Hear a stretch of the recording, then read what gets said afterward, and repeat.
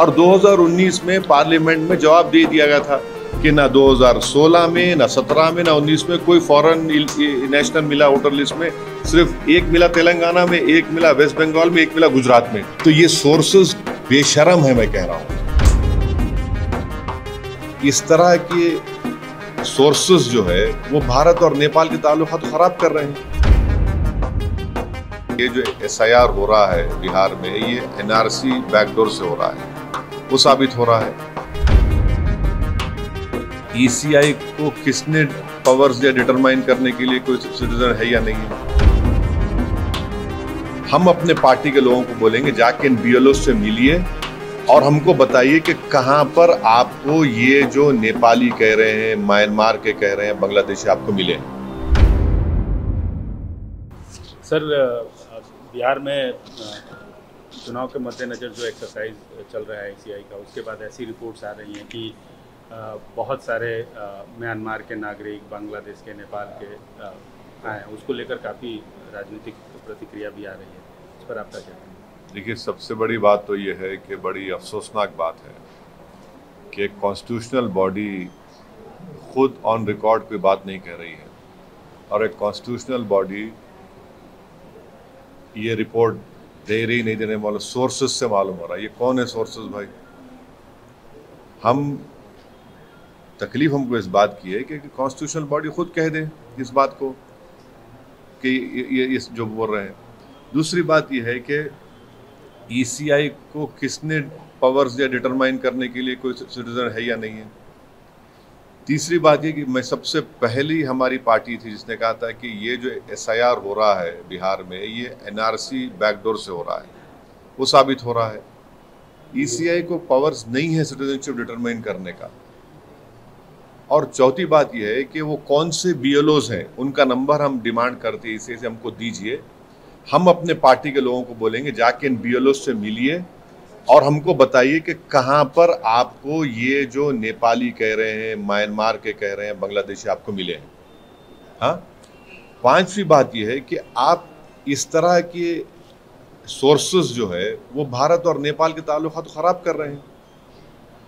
रिश्ते होते हैं ना नेपालियों से, हमारे मधेसी लोगों से, तो आप तो पहले ही रिलेशनशिप अच्छे नेपाल से नहीं है, उसको और आप लोग खराब कर रहे हैं इस तरह की बकवास करके। छठी बात यह है कि 2003 में SIR हुआ था। हम पूछना चाह रहे हैं इन सोर्सेस से, चलिए ECI से नहीं, इन सोर्सेस से पूछना चाह रहे हैं उस 2003 के SIR में कितने फॉरेन नेशनल निकले बताओ। सातवीं बात यह है कि जुलाई 2019 में इलेक्शन कमीशन ऑफ इंडिया ने एक जवाब का सवाल दिया जिसको जस्टिस लॉ मिनिस्टर ने पार्लियामेंट में दिया, और उन्होंने क्या कहा 19 जुलाई 2019 को कि ना 2016 में, ना 2017 में, ना 2019 में कोई फॉरेन नेशनल नहीं निकला। सिर्फ 3 निकले हैं, एक तेलंगाना से, एक वेस्ट बंगाल से, गुजरात से। तो ये सोर्सेस बेशरम है, मैं कह रहा हूं, बेशरम है ये लोग।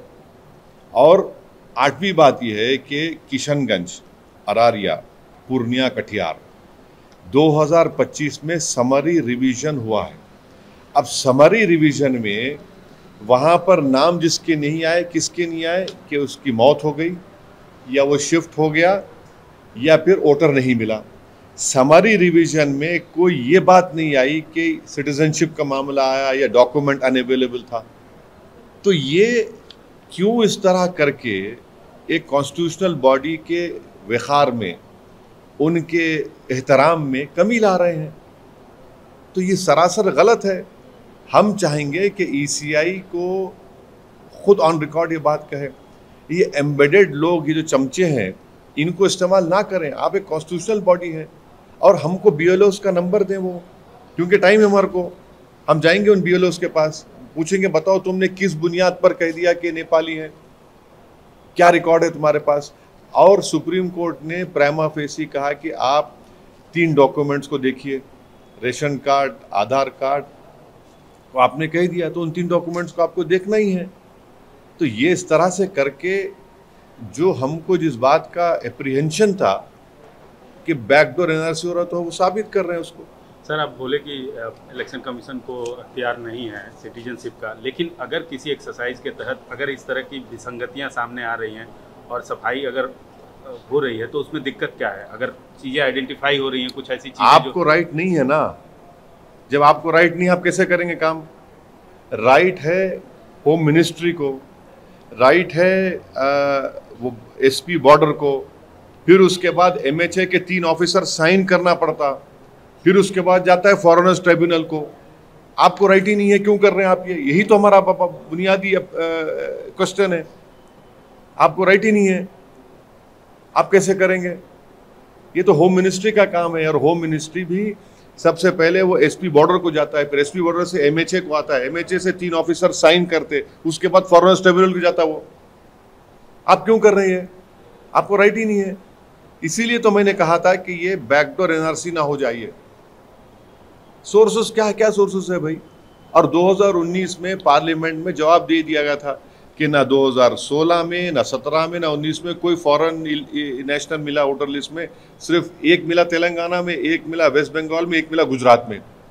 अब बताइए इस पर क्या बोलेंगे? समरी जो रिवीजन हुआ 2025 का, ये खास तौर से सीमांचल का, किशनगंज, पूर्णिया, कटिहार, अररिया का, वहाँ पर तो किसी का नहीं निकला कि ये सिटीजनशिप नहीं है, डॉक्यूमेंट नहीं है। क्या बताया गया उसमें कि ये उसकी मौत हो गई वोटर की, या शिफ्ट हो गया, या नॉट फाउंड, एब्सेंट है। तो ये इस तरह करके ही आप लोगों में गलत मैसेज दे रहे हैं।